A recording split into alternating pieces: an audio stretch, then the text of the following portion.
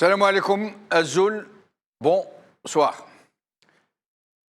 S'il fallait une preuve supplémentaire que ce régime est en train de manipuler la situation pour créer un climat propice à on ne sait quel coup tordu, à un autre coup tordu.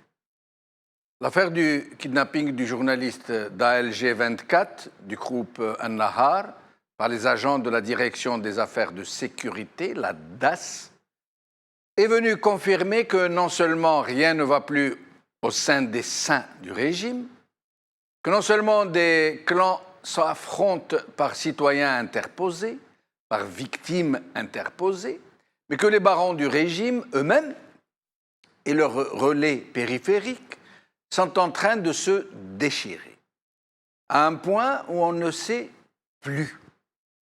On ne sait plus si ces gens ont perdu le contrôle de leurs troupes et qui sont en pleine confusion, au point où une chatte ne retrouverait plus ses petits, au point où des membres d'une même camarilla se sont mis à se canarder les uns les autres, à balancer les uns sur les autres, à s'enregistrer, à se piéger les uns les autres et à se livrer les uns les autres à l'opinion publique.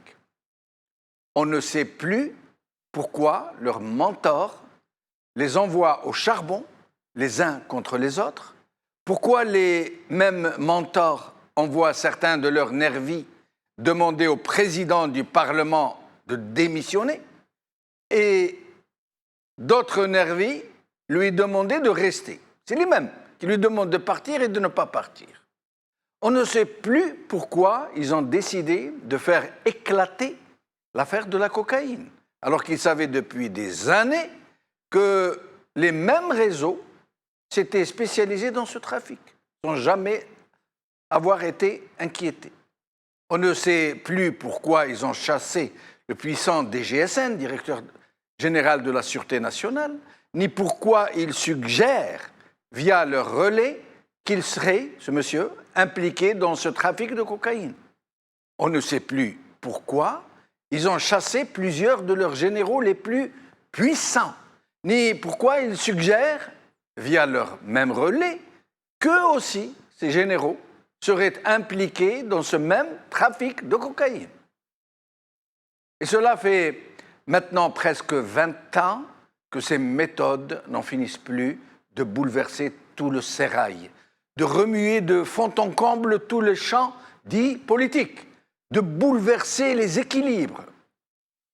Cela dure depuis le premier mandat de Bouteflika et cela est devenu totalement hystérique, c'est le mot, depuis que ses proches, les proches du président, règnent sur le pays derrière la façade pitoyable du même président réduit à l'état de légume.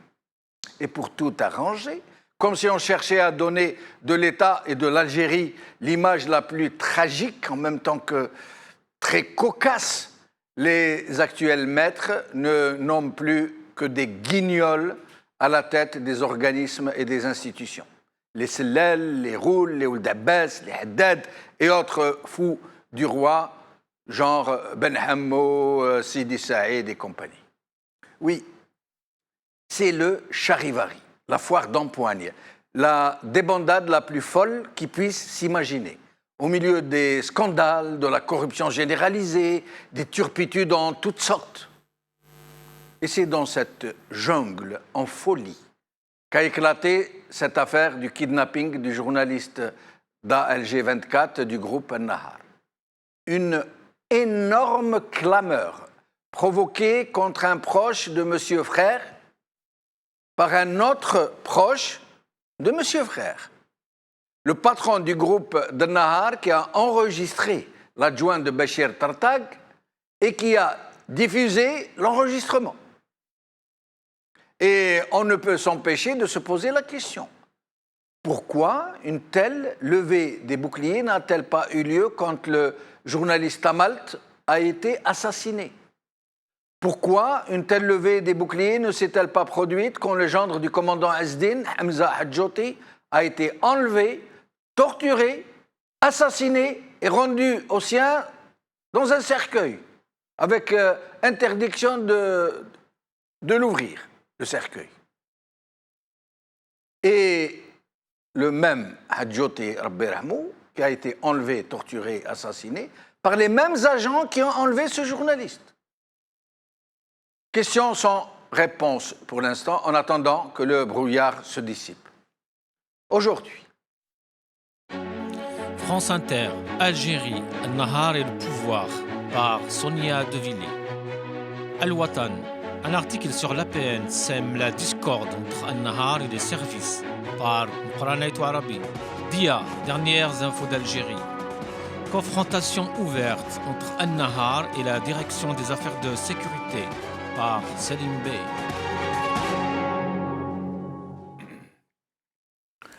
Kidnapping du journaliste d'Al-Nahar, Sadou contre Sadou. C'est le titre de notre émission d'aujourd'hui. Et pour en parler, Idir Onoren est avec nous, analyste politique. Bonsoir Idir. Bonsoir M. Benchelouf, merci pour l'invitation. Merci. Salah Debbouz, président de la Ligue algérienne de défense des droits de l'homme, qui sera avec nous au téléphone ou en Skype j'espère. Salah Debbouz, merci d'être avec nous. C'est moi qui vous remercie. Bonsoir. Merci. Et Brahim Younsi, ancien cadre du MDA. Merci Brahim Younsi d'être avec nous. Bonsoir. Bonsoir aux invités. Merci, bonsoir. Idir. Oui. Le titre de l'émission est Kidnapping du journaliste d'Al-Nahar, Sadou contre Sadou, un peu comme Kramer contre Kramer. Hein. D'après vous, qu'est-ce que je voulais dire par là, Sadou contre Sadou? Ce que vous avez dit, qui c'est qui va lire votre pensée, vos arrière-pensées? Sadou, c'est le surnom donné à Saïd Bouteflika. Et donc, pourquoi Sadou contre Sadou? Parce qu'il se trouve que les deux messieurs qu'on écoute, nous allons écouter l'extrait de téléphone qui a été enregistré, la discussion. Les deux personnages, Anis Rahmani, Mohamed Mgeddem, je crois, comme ça il s'appelle, hein, je crois. Et l'autre, comment il s'appelle, celui qui représente Tartag, Smaïn, le colonel Smaïn, les deux relèvent de la sphère de Sadou. Parfait. Donc, nous allons venir à d'autres détails du genre. J'aimerais qu'on nous prépare justement cet enregistrement téléphonique. Voilà. Alors. Ce que je voulais dire, c'est qu'il n'y a pas assez de proximité avec ce type de personnage. Vous n'avez rien perdu. Par contre, la question que vous posez, elle nous renvoie à acter la fébrilité de tout l'édifice institutionnel algérien. Ça acte la fébrilité à la fois des services de sécurité et d'un représentant de la présidence de la République, à savoir le groupe Al-Nahar. Ça, c'est le premier élément. Et le deuxième élément, ça acte aussi que la police politique n'est pas dissoute et qu'il y a toujours cette capacité d'influence et de nuisance, très souvent. Mais personne n'a dit qu'elle était dissoute. Oui, on a dit qu'elle a été recomposée, restructurée, redistribuée. Oui, mais bon, sans être nihiliste, donnons grâce à quelques propos qui sont institutionnels dans une espèce de communication. Maintenant, on vérifiera sur pièce. Absolument. Mais ça acte surtout la collision entre les services de sécurité et tout ce qui a trait au volet politique, au niveau communication, au niveau presse, au niveau médias, et qui mettent sous condition psychologique l'ensemble des masses algériennes, je veux dire, et de toutes les populations. Ça, c'est... Alors, la genèse de l'histoire, en fait, c'est un journaliste qui a commis, si on peut dire, un article sur ALG 24, que certains appellent ALG 24, qui relève du groupe Al-Nahar. Et donc, c'est un journaliste dont Anis Rahmani lui-même dit pourquoi il a été arrêté. Il ne dit que du bien de Bouteflika. Il ne parle que des réalisations de Bouteflika. C'est Anis Rahmani qui le dit. Hein. Alors, ce journaliste a donc écrit un article dans lequel il suggère, où il dit, presque de façon évidente, que ce serait M. Tartag, le directeur de la DAS, cette fameuse DAS, hein, Tartag sinistrement connu, que c'était lui qui est à l'origine de cette histoire du Parlement, donc que ce serait lui qui voudrait obliger le président, M. Saïd Bouhaja, à déguerpir. Chose que personne ne va croire. Personne ne va croire une telle énormité, mais enfin, tout de suite après, l'adjoint de Tartag, parce qu'il paraît que Tartag est très malade, il serait dans un hôtel parisien en ce moment Donc son adjoint prend le téléphone et vous allez l'écouter parler à M. Anis Rahmani. Ça va très bien.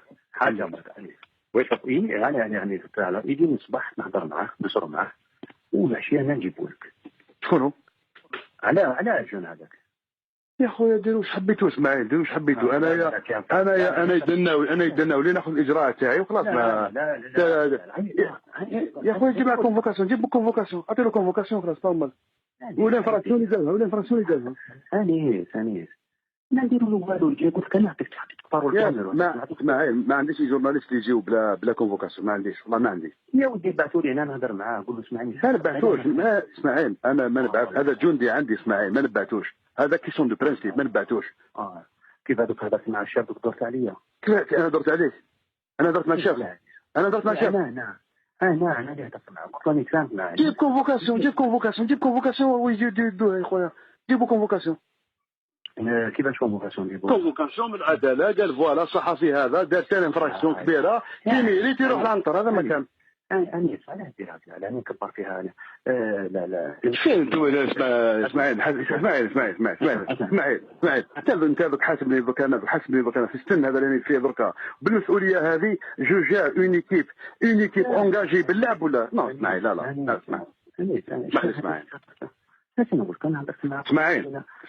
اسماعيل اسماعيل والله جو سوي تري ساج والله جو سوي تري ساج.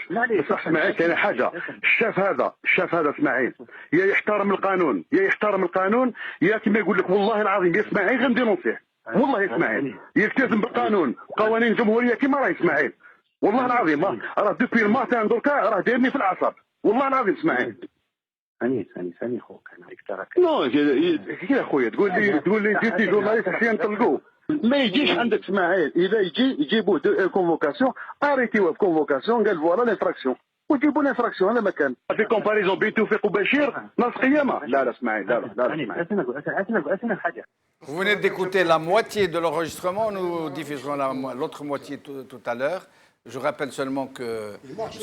Anis Rahmani devait savoir certainement qu'il était en train de l'enregistrer et il devait savoir très certainement qu'il allait diffuser et s'est donné un peu le beau rôle. Il s'est mis en scène, il parle de journalisme, Joundi Andi, etc. Je ne vous le livre pas.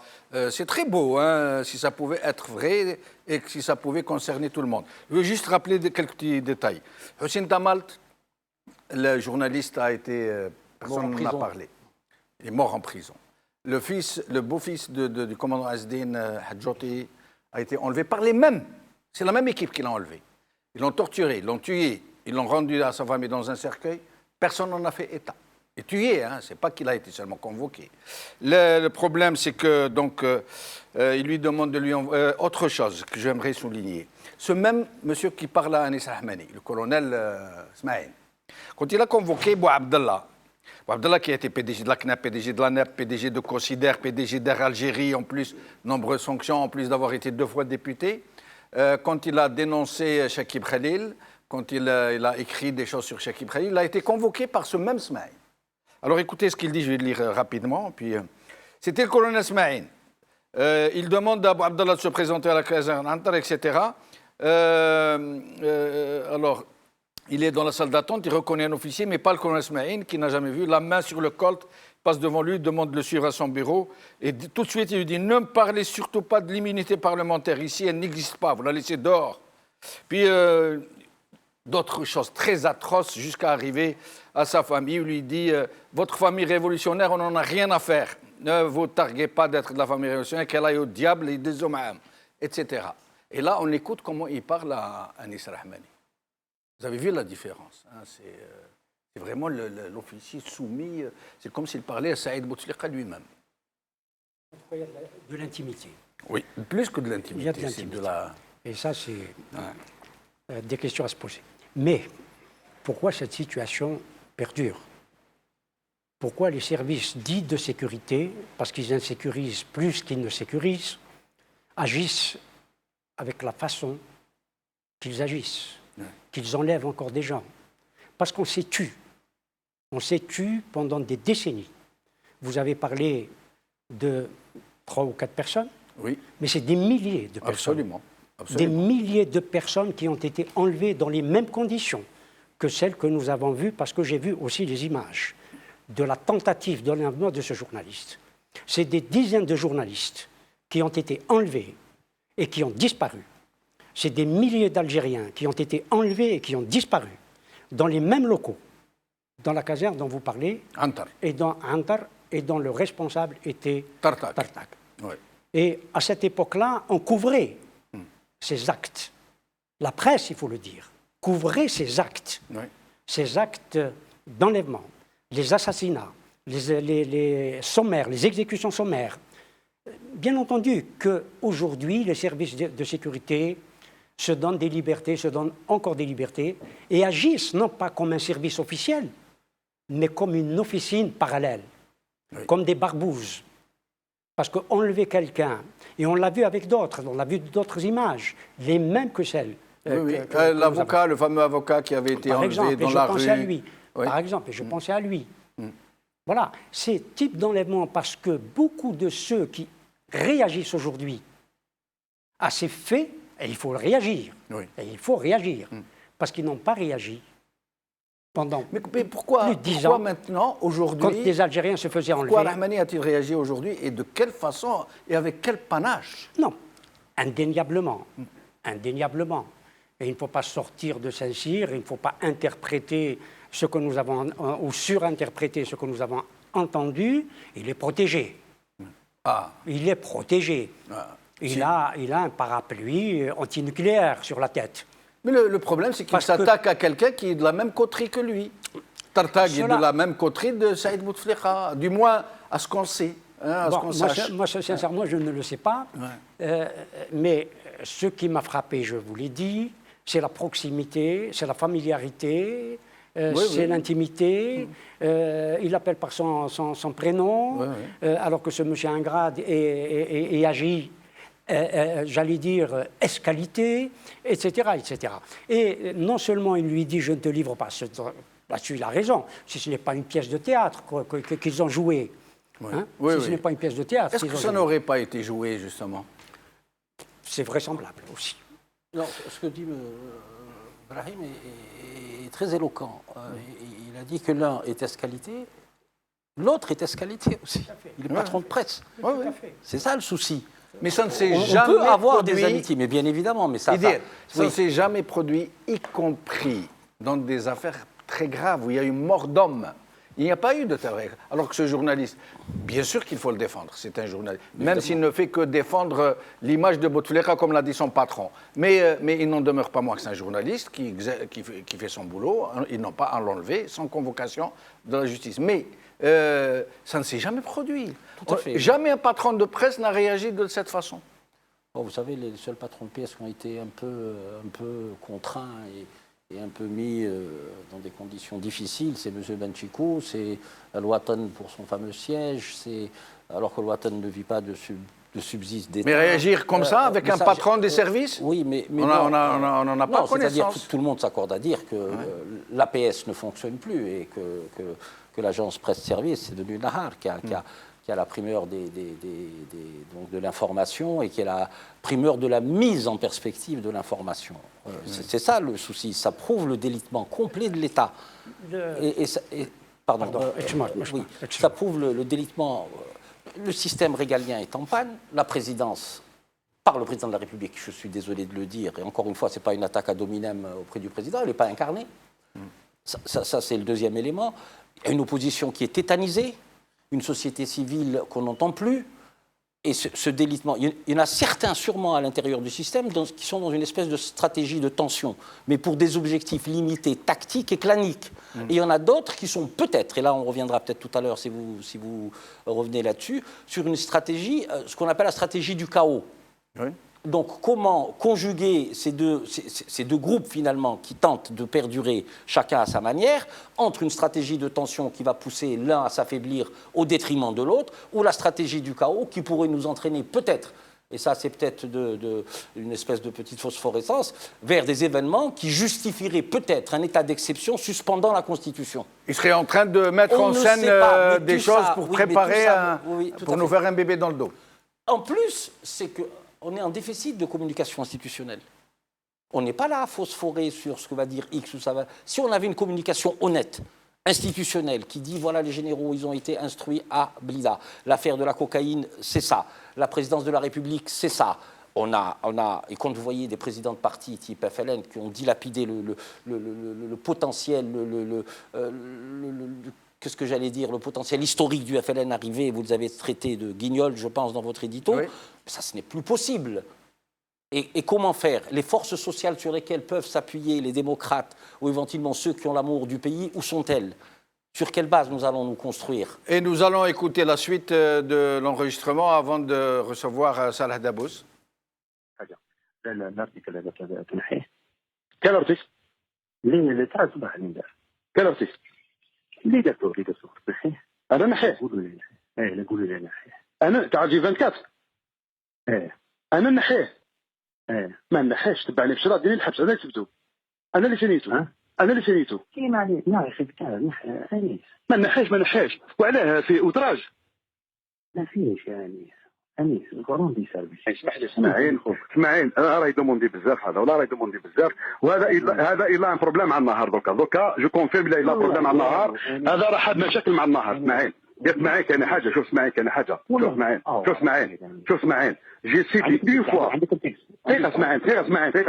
اسمعين جي سيدي اون فوا اسمعين في حياتي ضربوا بابا ومات بابا وشديتها في قلبي شوف اسمعين باش يدي واحد اخر يدنا ليا ما كانش نهضروا صباح اسمعين يرحم الله لا اسمعين غدوه صباح نهضروا اسمعين انا نقول لك خوك عندك التكست معايا ما تعيطش فيك اسمعين خلي غدوه نهضروا ماشي نهضر اسمعين والله ما نحب نهضر انيس يا حبابك انيس خوذ راجع يعني ثاني خوذ اسمعين والله ما نحب نهضر اسمعين يرحم والديك لا يرحم والديك والله يرحم والديك هذا بشير درك هذا بشير او راح بعيد والله غير راح بعيد يسمعين والله يسمعين والله غير راح يندم يسمعين راح ندير بيتي تحياتي اسمعين يرحم بابك اسمعين قول له يحبس من بروفوكاسيون يرحم بابك اسمعين انا جو ميلون جامي حاجه تاع خدمه مع الاخر هضرت مع القادر قلت له فوالا سيد هذا غلط معايا خلاص قلت له انتهي لا الاخر حبس تماك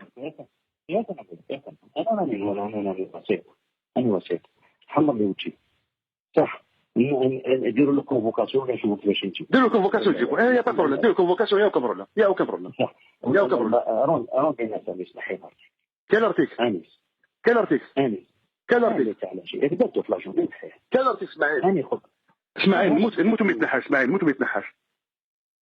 نموت ما يتنحاش قول لي برك حاجه فيه حاجه كي توش لو سيرفيس حاجه وحده برك حاجه وحده اسماعيل قال الارتيكل هذا فيه اتنت السيرفيس حاجه وحده اسماعيل نحي قدامك حاجه وحده برك اسماعيل يرحم لك الوالدين يرحم باباك هذا هو الحكي غدوه الصباح خويا جيبوا كونفوكاسيون جيبوا حبيتو يا كان بروبليم هاي خويا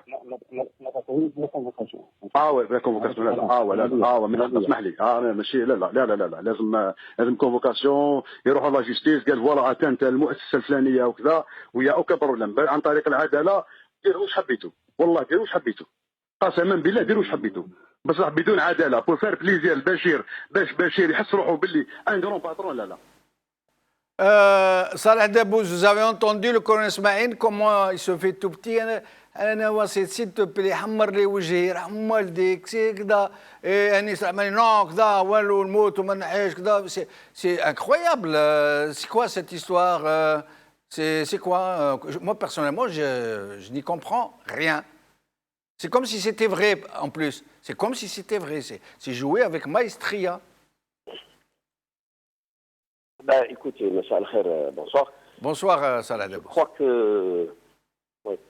Je crois que le groupe Nahar est connu pour ses manœuvres, ses manipulations et tout ce qu'il fait. Mais je ne veux pas faire de commentaires sur cette communication pour la simple raison que rien ne prouve que Anis Al-Hamani, qui a publié cette communication, qui dit que c'est lui qui parlait d'un côté, de l'autre côté qu'il y avait la personne qui l'a désignée. Donc là, j'imagine, puisque c'est une communication faite à l'insu de notre parti, qui normalement est passible de poursuite, parce que ça s'appelle espionner les gens, ça, et publier après. Donc rien ne prouve qu'il s'agit effectivement d'un officier de service de renseignement. Et donc, je ne vais pas faire plus de commentaires parce que Qu'est-ce que vous voulez dire, Salah Debbouz, que celui qui parle ne serait pas ce colonel Smaïn, que ce serait quelqu'un d'autre? Qui prouve? Je suis Salah Debbouz, je peux appeler quelqu'un qui peut imiter la voix du colonel Smaïl ou qui peut imiter même la voix de Ben Chenouf et faire cet enregistrement et publier, dire que voilà, ça c'est un enregistrement entre moi et Flel. C'est pour ça que la justice ne prend en considération que les enregistrements faits sous son contrôle. Mais expliquez-nous, Salah Debbouz, comment ça se fait qu'un Anis Rahmani, qui appartient à la coterie de Saïd Bouteflika, s'attaque à un Tartak Bachir, comme il dit lui, qui appartient à la coterie Bouteflika. Ce n'est un secret pour personne, du moins jusqu'à maintenant, sauf s'il s'est passé des choses. En plus, est-ce que vous croyez, vous, parce que l'article en question, l'article qu'on lui demande de retirer, qui fait à peine petite allusion sur le rôle de Tartak, lequel aurait demandé à Bouhadja de partir, que ce serait lui qui demanderait à Bouhadja de partir. Vous y croyez, Salah Debbouz, qu'un Tartak puisse demander à Bouhadja de partir, ou un Ould Abbas, ou un Yahya? Écoutez, moi je ne veux croire à rien parce que je n'ai pas d'informations et nous avons une situation très très brouillante, très très opaque. C'est la nature du système algérien. Tout se passe à Londres et puis on nous sort ce qu'ils veulent nous sortir pour nous faire croire ce qu'ils veulent nous faire croire. Donc maintenant nous on va aller dans l'analyse. Dans l'analyse, voilà comment je vois les choses moi. Je pense que les éléments que nous avons prouvent certaines choses, qu'il y a un malaise profond au sein du régime, que ce malaise profond a conduit à un système d'élimination de postes de responsabilité de personnes très très bien placées pour des raisons ou pour des autres, ou pour d'autres. Il y a aussi un élément très important qu'il faut prendre en considération, que toute cette pagaille a démarré après l'affaire de la cocaïne. Maintenant, à mon sens, il est très naïf de croire que tout se passe seulement à l'intérieur de l'Algérie. Il faut penser qu'il y a peut-être des éléments extérieurs qui obligent les responsables de l'intérieur à agir de façon à éliminer certains responsables, qu'ils soient des militaires ou qu'ils soient des civils, qui seraient liés d'une manière ou d'une autre à cette histoire de cocaïne, mais que tout ce qu'on voit comme mise en scène après serait le résultat de ces éliminations. Est-ce que vous pourriez être plus clair? Est-ce que vous pourriez être plus clair? Qu'est-ce que vous voulez dire, l'étranger? Je n'ai pas compris personnellement. Écoutez, c'est très clair. Tout le monde sait que juste après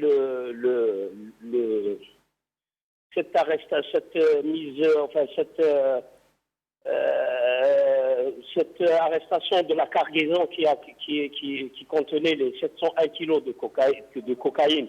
D'abord que cette arrestation a été faite sur information venant d'Espagne et pas sur initiative de contrôle des Algériens.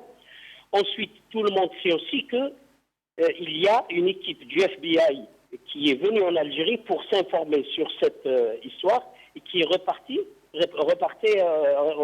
aux USA.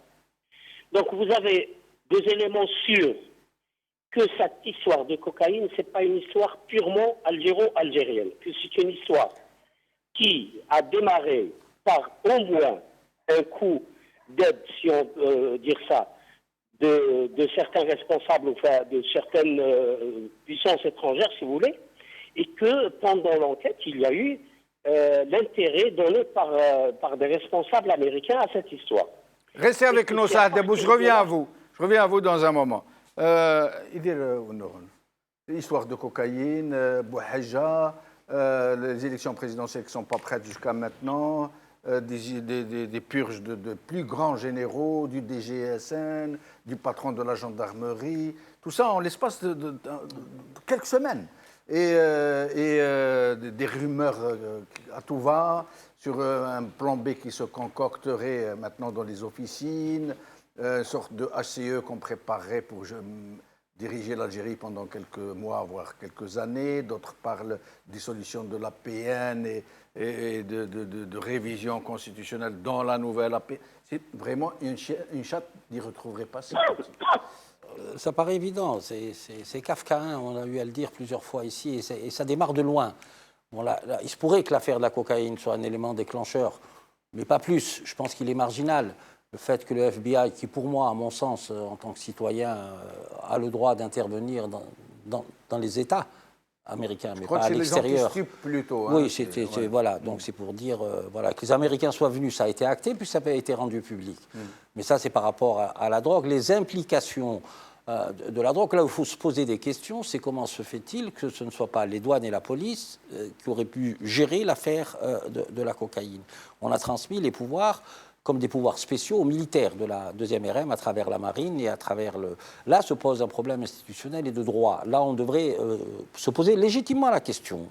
Mais d'autres sources disent le contraire, que ce n'est pas l'Espagne qui a prévenu l'Algérie, mais que c'est l'Algérie qui savait que la marchandise allait être embarquée avant même qu'elle ne soit embarquée, qui a prévenu l'Espagne pour leur dire que le bateau allait transiter par Valence, qu'il ne fallait pas l'arrêter, parce que sinon, il n'y aurait que des petits lampistes. Mais le problème, c'est que le régime algérien sait très bien, et depuis longtemps, depuis l'affaire Ben Djabir, où un général-major était impliqué en 2006. Non, depuis longtemps, ils savent que ce sont les généraux qui dirigent l'affaire de la cocaïne. Oui. Tout le monde le sait. Mais le problème, rappelez-vous de la déclaration du général Hamel, qui a été publique.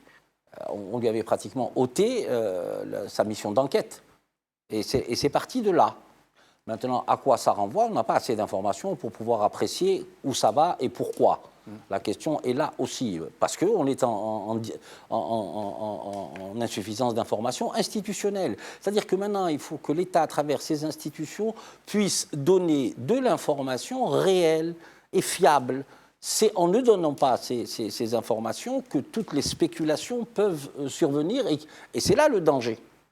C'est quand on est obligé de phosphorer et de trouver des pistes qui ne sont pas réelles, qu'on passe à côté peut-être des véritables enjeux et que la justice ne peut pas faire son travail. Le gros problème, c'est celui-là aussi. Mais pourquoi on fait une fixation de tout ça, de tous ces scandales, de toute cette turpitude, de cette histoire absolument hallucinante dans l'arrestation d'un journaliste après qu'il ait écrit que Tartak serait derrière l'affaire Bouhaja, qui semble, elle aussi, être liée avec l'affaire cocaïne et avec l'affaire présidentielle. Moi, j'ai lu un petit article d'Alger 24 où il disait, le titre, c'était « Que fait le DAS », donc le responsable des affaires sécuritaires, dans l'affaire de l'APN.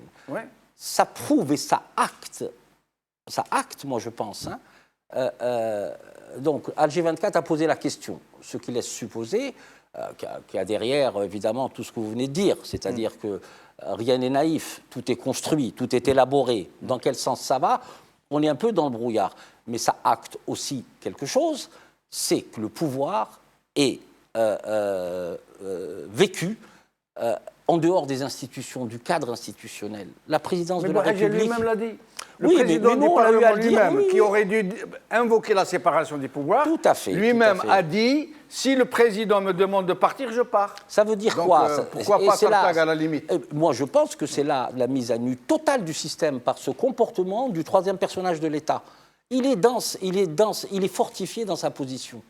Où il part de lui-même, ça le regarde, mais qui part sur injonction de la présidence, il y a une confusion des pouvoirs, et ça ne peut pas être admis.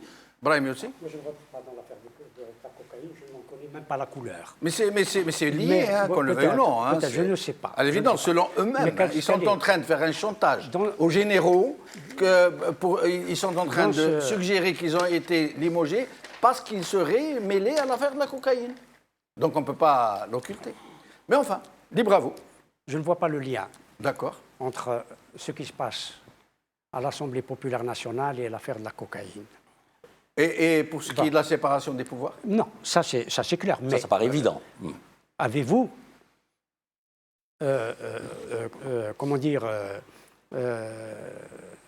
cru dans la séparation des pouvoirs? Jamais. Voilà. Oui, mais ils ont toujours soutenu le contraire. Mais aujourd'hui, que le président de l'APN vienne nous dire si le président me demande de partir, je partirai. Moi, je veux parler de questions politiques. D'accord. Quelle conclusion politique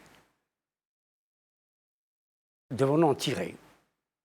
comment la population, comment le peuple algérien, parce que cet acteur majeur qui peut faire et défaire, qui peut plus défaire que faire, et il a défait déjà, et il peut encore défaire. Magnifique. Et il peut encore défaire. À partir du moment où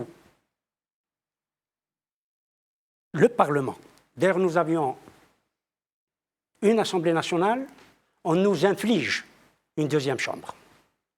C'est-à-dire que c'est le parlementarisme qui est en train d'être remis en cause. C'est le parlementarisme. C'est-à-dire que la démocratie derrière ne peut pas fonctionner. Et ce que disait tout à l'heure Edi Rounougan, c'est une question de transparence. Je n'attends pas des institutions de me donner, parce qu'elles sont ce qu'elles sont. Elles ne sont pas l'émanation de la volonté populaire, depuis fort longtemps. Donc, depuis toujours. Oui, depuis fort longtemps. Non, depuis toujours. Oui, depuis fort longtemps. Je préfère mon terme. C'est pas parce que vous avez été homme DA que vous jugez de ce subterfuge. Oui, non, je suis jésuitique. D'accord, allons-y. Je juge de subterfuge, et cela est légitime et légal, y compris dans le droit musulman. Nous vous faisons ce crédit. Merci. Donc, depuis fort longtemps, la question de la séparation des pouvoirs se pose. Le seul qui a été, j'allais dire, honnête avec nous, il faut le dire, c'est Houari Boumediene. Houari Boumediene a dit « je suis l'exécutif, je suis le législateur ». L'ordonnance du 10 juillet 1965 lui donnait tous les pouvoirs législatifs et exécutifs. Il avait sans doute aussi le pouvoir judiciaire. Il avait sans doute le pouvoir. Mais de ce point de vue-là, quand on relit ou on lit l'ordonnance du 10 juillet 1965, il n'y avait pas de Parlement, il n'y avait pas d'Assemblée.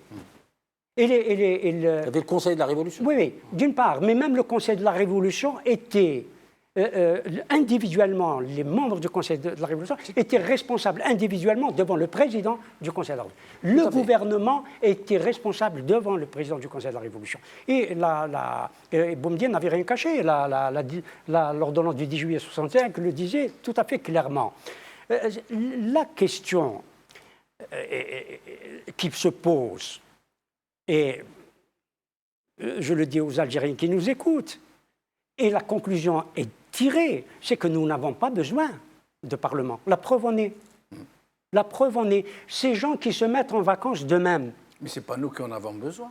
Non, c'est le régime lui-même. Mais oui, ce sont ces façades institutionnelles. Mais le régime c'est pour ça qu'on ne comprend pas, parce que la moindre des choses, des évidences serait qu'il ménage ses propres façades. Nous, on n'en a pas besoin. Le régime se tire une balle dans le pied. Oui.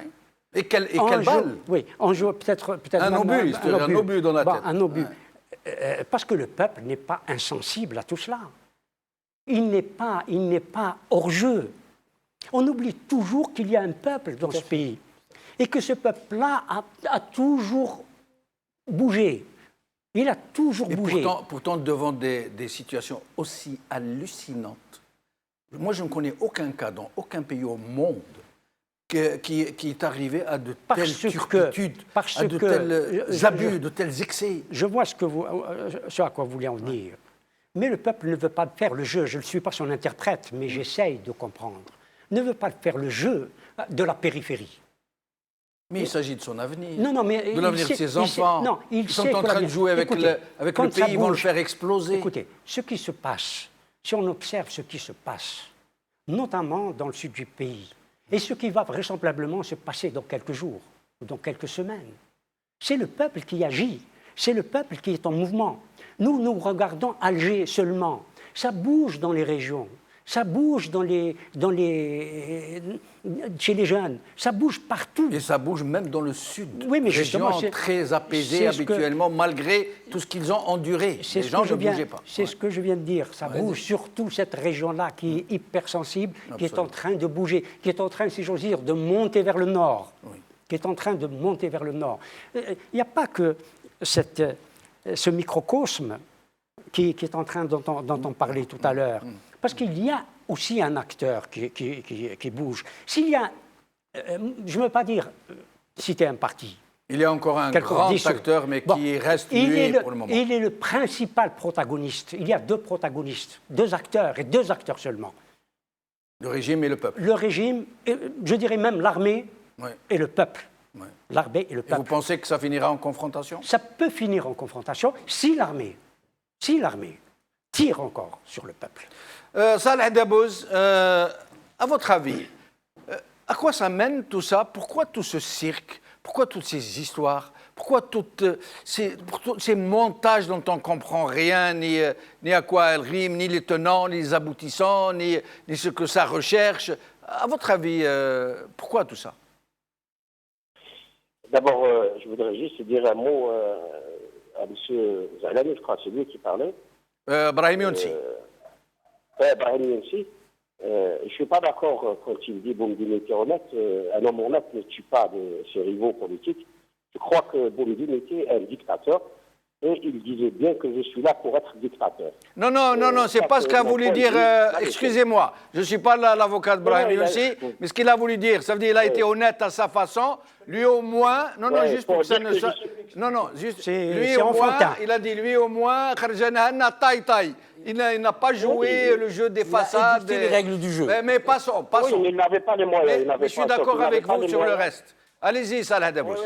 Oui, d'accord. Sauf qu'il n'avait pas les moyens de jouer aux jeux de façade, donc le seul moyen qu'il avait, c'est de dire, voilà, bref, je ferme la parenthèse. Maintenant, je dis la chose suivante. Il y a une situation que, d'après mon analyse personnelle, il y a une situation créée par cette histoire de la cocaïne. Mais il y a une tentative d'exploiter cette situation, ce déséquilibre. D'abord, il y a cette guerre de clans qui s'enflamme, mais aussi il y a un peu l'intérêt de tout groupe qui est au pouvoir. Ils sont quand même concordants sur certains points. J'imagine aussi que le blocage de l'APN, il peut être une astuce pour faire passer la loi de finances par ordonnance présidentielle. Pourquoi? Parce que ça va éviter les débats, mais surtout, ça évitera aussi au gouvernement d'affronter certains éléments de l'APN qui voudraient bien exploiter cette tribune, parce que c'est une fois par an, c'est comme une finale de Coupe d'Algérie, quand ils viennent tous, les spectateurs prennent le plaisir de les insulter.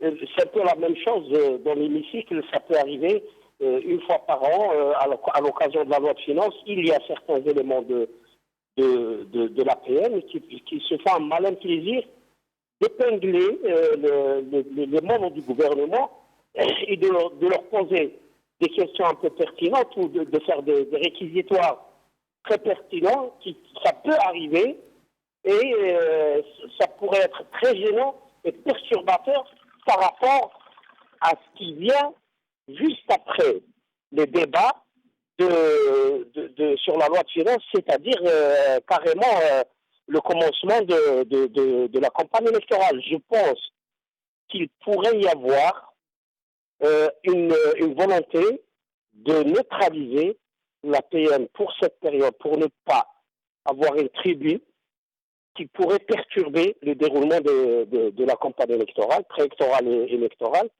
concernant les présidentielles, et du coup faire passer aussi la loi de finances par ordonnance et éviter le débat. Je pense que cette possibilité n'est pas à écarter. Merci, Salah Dabouz. Au plaisir de vous revoir. Salah Dabouz vient de nous dire que pour lui, il pense que tout ça est fait peut-être pour éviter qu'on aille vers une plénière de l'APN où des gens de l'opposition qui sont dans l'APN pourraient dire des choses qui pourraient compromettre la suite des événements, peut-être un 5e mandat, peut-être. Il pense que toutes ces gesticulations pourraient être motivées par cette préoccupation. Je retiendrai et j'observe ce que M. Salah Dabouz a dit, c'est que le problème, ce n'est pas la loi des finances. La loi des finances, il faut qu'elle soit signée avant le 31 décembre, peu importe le moyen par lequel elle va passer. Soit s'il y a une de solutions, alors là, par ordonnance. Il n'est pas exclu que même s'il y a des problèmes Est-ce à que la c'est légal de la faire passer par ordonnance? Oui, bien sûr. Sans débat à l'APN? Tout à fait légal. Ah bon? C'est dans les prérogatives du président. Et là, quand on revient à ça, et ça nous permet de rebondir un petit peu... C'est l'article 142 de la Constitution. D'accord. Et ça nous permet de rebondir un petit peu sur les pouvoirs exorbitants du président de la République. Mais le pouvoir n'est plus exercé, il n'est plus plus incarné. C'est pour ça que nous avons tous ces couacs à tous les niveaux, au niveau de l'exécutif. Quand vous voyez M. Yahya qui s'exprime dans une conférence de presse où il assure qu'il n'y aura pas de dissolution, ça veut dire que c'est l'exécutif qui dit qu'il n'y aura pas de dissolution.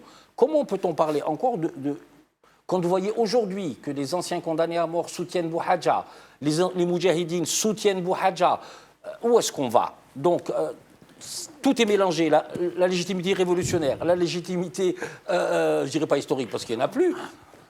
Tout ça pose problème et ça acte pour moi, encore une fois, la déliquescence, non pas simplement de l'État, mais du système qui est arrivé à bout de souffle.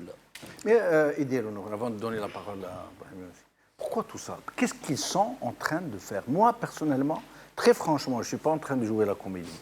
J'aimerais comprendre pourquoi toutes ces gesticulations, ce théâtre d'ombre, ces ficelles qu'on tire de n'importe où, cette histoire de Bouhadja qu'on veut faire partir. Pourquoi on veut faire partir Bouhadja?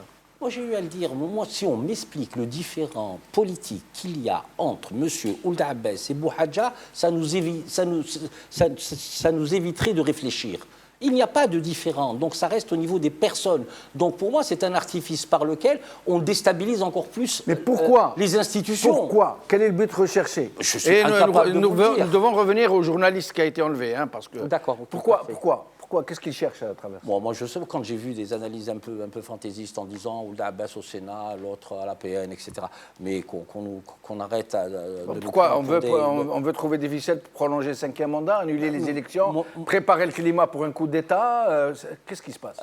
Je vais vous dire une chose, toutes les pistes sont à l'ordre du jour. Maintenant, quels vont être les véritables rapports de force au moment de prise de la décision? Tant que le président de la République n'a pas exprimé son souhait, et tout le monde s'accorde à dire qu'ils attendent tous le président de la République, un président d'APN qui est élu, qui a un mandat national, qui est élu par un règlement intérieur, on ne peut pas lui faire de retrait de confiance. On est dans une République qui ne dit pas son nom, mais on est dans une association à ce moment-là. On n'est pas dans une institution prestigieuse comme une assemblée, là où le débat démocratique doit prendre tout son lyrisme, etc., etc. Non, c'est plus possible, ça. Brahim Younsi, d'abord, on va continuer à enlever des journalistes comme ça, les kidnapper en plein jour. Sur cette question-là. Mais le journalisme. Oui, je vais y venir. Parce qu'on n'a pas eu beaucoup de temps. Je vais y venir. La question du débat. Le gouvernement, le pouvoir a 400 députés à sa disposition. Dans sa majorité. Bon. Ça passe, et ça c'est toujours passé. Donc ce n'est pas le débat qui leur fait peur. La question que je me pose, pour entrer dans ce jeu malsain, et je ne veux pas rentrer dans des jeux malsains comme ça. Le respect des institutions. Oui, bien sûr, mais c'est la position du président de l'Assemblée qui est mise en cause, auquel on demande de démissionner. Il y a une centaine au moins de députés dits de l'opposition qui disent ne pas être concernés. C'est quand même grave, parce qu'il y a un blocage de l'ensemble des institutions. C'est tout le travail législatif qui n'est pas fait. Mais il ne représente même pas de minorité de blocage. Qui? L'opposition. Non, mais peu importe, ce n'est pas la question. La question, c'est qu'ils peuvent continuer à débattre. D'accord. Même s'ils ne votent pas les lois parce qu'ils sont une minorité, ou même ils peuvent la voter ou voter contre, etc. etc. Le président de l'Assemblée nationale... Le permet, tout à fait. Absolument. Ils peuvent se réunir tout à fait légalement. Pourquoi ne se réunissent-ils pas? Pourquoi le président de l'Assemblée nationale ne réunit pas les députés qui ne font pas grève? Et une grève qui est payée. Parce qu'il est lui-même du FLN, ce serait un désaveu pour sa propre formation. C'est-à-dire qu'il est à la fois, quelque part, il a une part de culpabilité, mais dans l'équation, tout en étant une victime sacrificielle. Bon, mais la question se pose, pourquoi le président de l'Assemblée ne réunit pas les députés qui ne boycottent pas l'Assemblée nationale, qui bloquent l'ensemble, y compris l'exécutif est bloqué, parce que le Conseil des ministres n'envoie pas ses projets de loi à la discussion à l'Assemblée nationale, qui doit repartir entre guillemets au Sénat, tout ça est artificiel. Mais eux-mêmes ne bougent pas beaucoup, eux-mêmes sont aux abonnés absents à ce qu'il semble. Oui, mais justement, donc cette situation-là arrange tout le monde. Arrange la pseudo-opposition, arrange l'exécutif, arrange le pseudo-législatif, arrange tout le monde. Mais la question, effectivement, fondamentale, c'est pourquoi?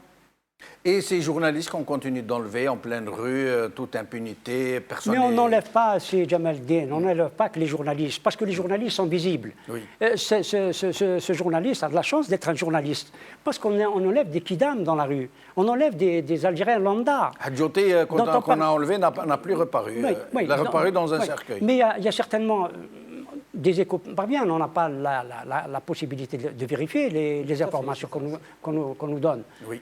Mais on va chercher des gens chez eux parce qu'il y a des services parallèles. Vous ou moi, si nous allions à Alger, nous serions enlevés en pleine nuit et au petit matin. Merci Brahim Younsi, merci Dirou Nouren, merci Salah Dabouz, merci à vous, chers amis, d'avoir suivi cette émission. Salama.